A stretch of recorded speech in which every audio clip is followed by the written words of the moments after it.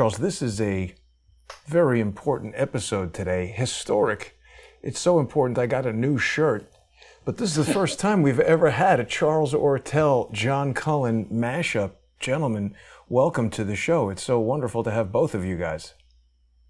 Thanks for arranging, Jason, and great to have you on, John.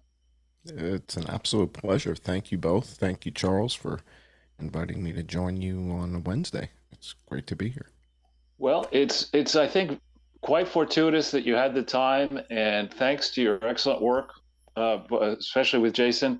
I thought of doing this because I saw a story that somebody was questioning whether Hunter was actually tied to Metabiota, that company. And so I punched that into Google and I got search results, which were all from PolitiFact and the Washington Post saying it's, four Pinocchios, there's no tie, there's no tie. And I remember that you, John, with Jason had done an historic show on, I think it was February 25th, 2022, just as the invasion or the special military operation began. And I thought, let's go right to the source and let's debunk the debunkers and let's educate as many people as possible about what you said back then and answer any questions that the people may have about the quality of your data. Because I think, and your findings, because they were important then. We've wasted a lot of time, money, and treasure around the world in this special military operation. Biden and his team refuse to entertain any reasonable discussion about why the Russians are mad, why they're doing what they're doing. And unless they do so, all we're looking at is death and destruction, first in Ukraine and probably across Europe and the wider world. So let's get back into what you told the world February 25th, 2022, and the documents that you can now share with us, and just really take it away. As you started this. One thing we've got to say is that we're pretty sensitive to the fact that this stuff is frequently struck from YouTube, and we're encouraging people to join us in the First Amendment Forum. We're having a super duper simulcast today. We're on the Sunday with Charles YouTube channel. We're on the John Cullen Investigates YouTube channel. We're on the John E. Hoover YouTube channel to let everybody know that we're going to be in the First Amendment Forum just 15 minutes from now to go fully in depth on some of this stuff, because we expect, just as Google has removed factual information presented by Project Veritas, we don't want to fall victim to that. So people are going to be able to join us on subscribestar.com/IamJohnCullen, patreon.com/IamJohnCullen, and subscribestar.com and patreon.com/crowdsourcethetruth. And of course, I've been touting a lot lately, and thank you to all the people who have joined us on odyssey.com/@crowdsourcethetruth. All of these are great ways to help us keep on bringing you information without getting slammed and kicked off of YouTube. John, fill us in on what we're going to be talking about in the First Amendment Forum. Well, I guess it was Thursday, the 24th of February, that the invasion began. And you and I had a show, Jason and I had a show scheduled. We do a regular show on Fridays. And so this was the first day in America where we woke up and the war was on. And so that night we had a show, and we typically would be talking about COVID. And so I figured, well, let's go to the source. Most of the work that I do, Charles, when I was looking into COVID and stuff, I go to the CDC's website and I go to the WHO, so the World Health Organization and the CDC. And so I use, definitive data, or I'm using Johns Hopkins University's data. So by using definitive sources, it makes my costume a little less ridiculous, right? So nothing ridiculous about it. Yeah, I think now with the ad hominem attacks, people were starting to wish that they had been wearing masks and such. So anyway, I went to the U.S. Embassy's website. And when I got to the U.S. Embassy's website in Ukraine, so we have a U.S. Embassy in Ukraine, and I went to their website. And what I saw on the website, okay, this is interesting. There's this biological threat reduction program thing on the website at the U.S. Embassy in Ukraine. And I'm reading through what it says. And on the right-hand side are a bunch of links, a bunch of hyperlinks. But as I click on them, there's nothing there. And when I saw the pathogen asset control system, I was, whoa. That sounds like something I might have built once upon a time. So I start clicking on these things, and there's nothing behind them. It's coming up as 404 not found. So I used a technique that Jason and I use all the time, which is something they call the time machine, the internet time machine, archive.org. And the Wayback Machine. I call it time machine. For me, it's like going back in time.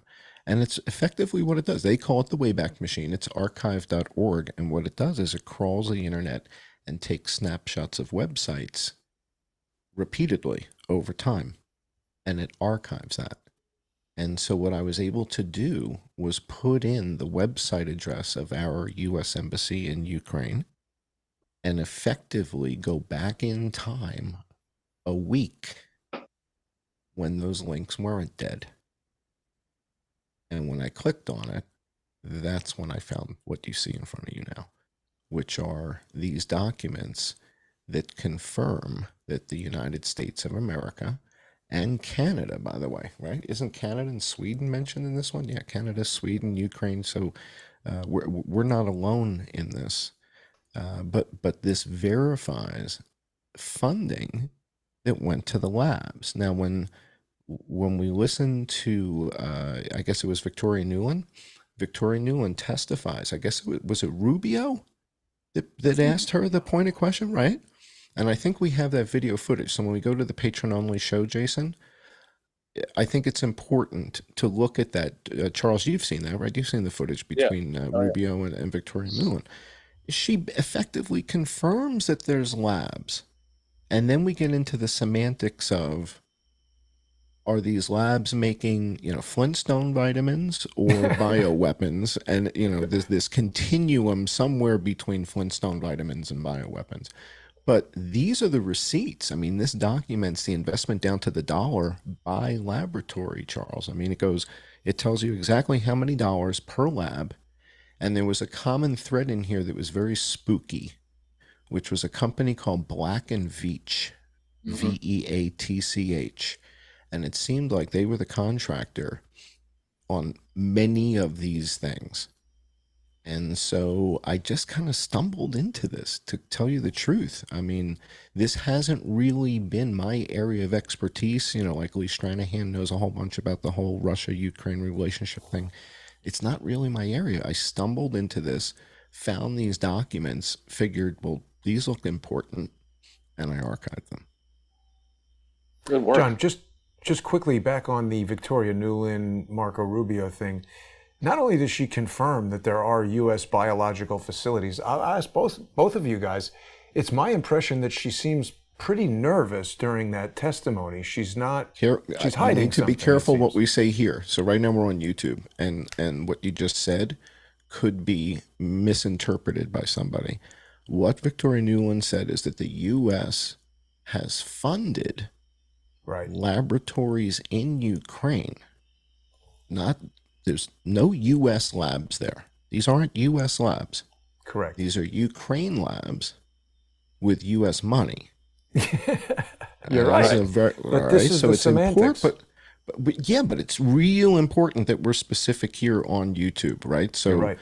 So what she said was, no, we've sent money over there, and these receipts are here. So we know Tulsi Gabbard covered this. We know Tucker Carlson covered this. They were lambasted for it. Right. But what we'll talk about on the patron-only show is, what has Sergei Lavrov been saying? Again, if the press doesn't cover this stuff and just doesn't want to hear it, well, it's like a tree falling in the woods and there's nobody there because the press refuses to go. Right. Now, one thing I wanted to point out to you, Charles, I was looking at the Black & Veatch website earlier just in preparation of this, and they're telling us on their own website that 100 plus years serving the United States government. Yeah. 100 years of fucking up. Yeah, exactly. I think when we my interest in doing these shows with Jason has been in exposing fraud, and to do that, you necessarily get into politics inside and outside the country. One thing I believe passionately is that Americans, wherever they may fit along the political spectrum, it's a small evil group who believes it's a good thing to use U.S. taxpayer money to violate treaties that have been enforced for decades that prohibit the use of banned weapons. Very few people would agree that that's a good idea. And I just think it is despicable that the mainstream press has not gone in and consulted you, John and Jason, and asked, themselves why it's taken so long to get to the place you were on February 25th, 2022. If we had serious people in the government, they would have gone to you and they would have said, "Now, wait a minute, does Russia have a point here? Who has been managing this negotiation over Ukraine? Are there conflicts of interest involving the Biden family and other political families? Do we really want to be the country that is engaged in perpetual war?" I mean, these are big questions that the mainstream media is not answering, and for which answers are available. I was, quite frankly, I was skeptical about connecting Hunter Biden to this at the beginning. I knew about the Burisma thing, but I was skeptical. And then we got into the Metabiota thing, because Metabiota is funded by Rosemont Seneca.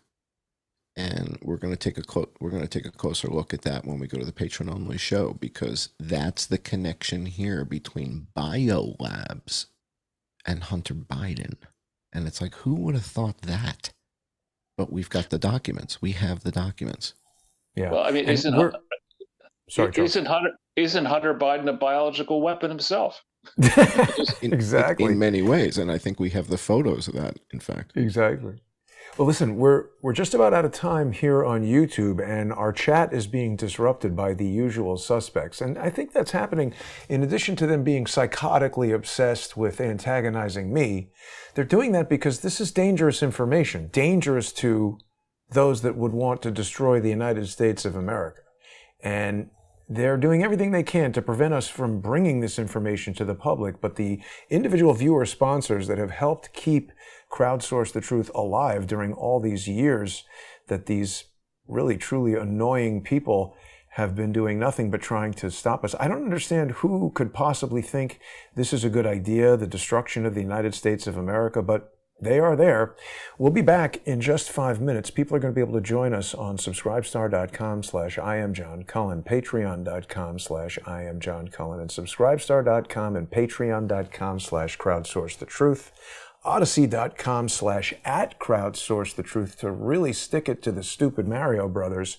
We'll be back with Charles Ortel in the First Amendment Forum and the historic first time ever special guest John Cullen with Charles. We're going to go into great depth on all of these documents and details. Don't miss that. Join us in just 5 minutes. Thanks for tuning in, everybody.